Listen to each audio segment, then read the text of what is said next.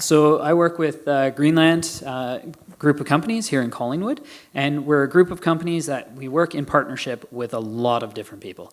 Everything we do is in partnership with municipalities, with local conservation authorities, with universities. University of Guelph has been a huge supporter for as long as I've known about Greenland, since the days when I actually started at University of Guelph. Now there's other university partnerships, University of Waterloo, over in Sweden, Lund University, and University of Alberta. Probably the reason I'm back here as well. Greenland has had 25 years in the tech development industry here in Collingwood.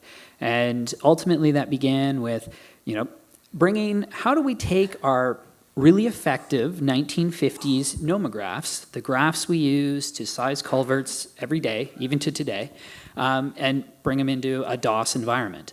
Then they progressed into a integrated GIS platform where we can take the best science and apply it across a spatial environment. So those became very powerful modeling tools. Those are things that we use the computing systems around us to make really big, effective models of, say, Lake Erie Drainage Basin, Lake Simcoe, and looking at ways to change the industry. So these are through the years in the 2000s. But all during this time, we still always go back to these 1950s nomographs. I was teaching a young student the other day how to use one, how to size a culvert. So it's still, we're seeing a slow we're slowly adopting new technology into the water resources management industry. So it's certain areas, it works great. Other areas, why change something that's still working? But then as we've progressed, we've started to go from powerful tools in the information age now into intelligent, smart tools. We're starting to bring in things like cloud computing, mobile technology, to start giving us predictive capabilities, models and tools that will actually work with us, talk back to us, things like that.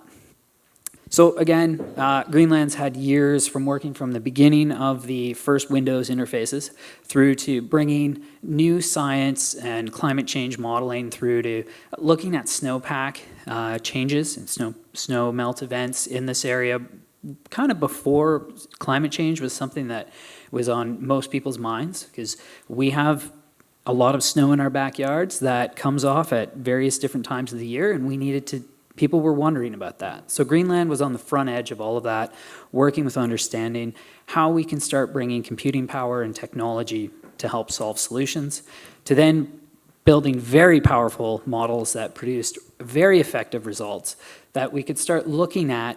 What are the flood capabilities? What are the nutrient loads? What are we seeing in the bigger river systems, the lake systems?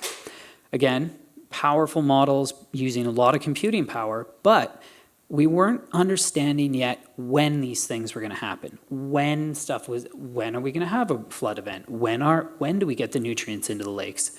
And so these are things that started changing when we started adopting Internet of Things and into the realm of thinking about smart technology, smart models.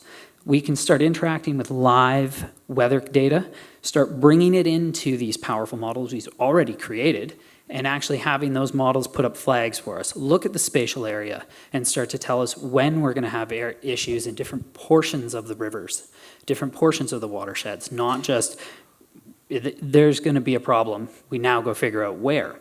So we've been able to start honing the real-time data into the models, starting to bring real-time notifications out of the models with a predictive capability. So you're looking into the future.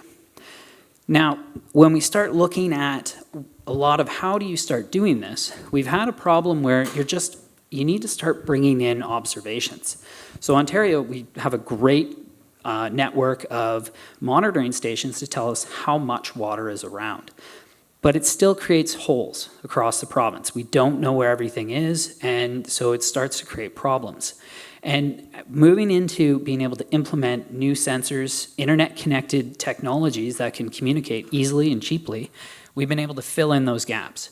Now, bringing in new sensors is great, but there's a lot of information out there already. So another challenge that we've been coming up against and working with is actually connecting all of those databases, bringing everything together so that now you can actually apply models, smart models that are self-learning, self-calibrating, and can provide us feedback that engage with all of the network of data that already exists, and you can start bringing it across the province. So I hope that answers the questions that you guys were looking for, and thank you very much.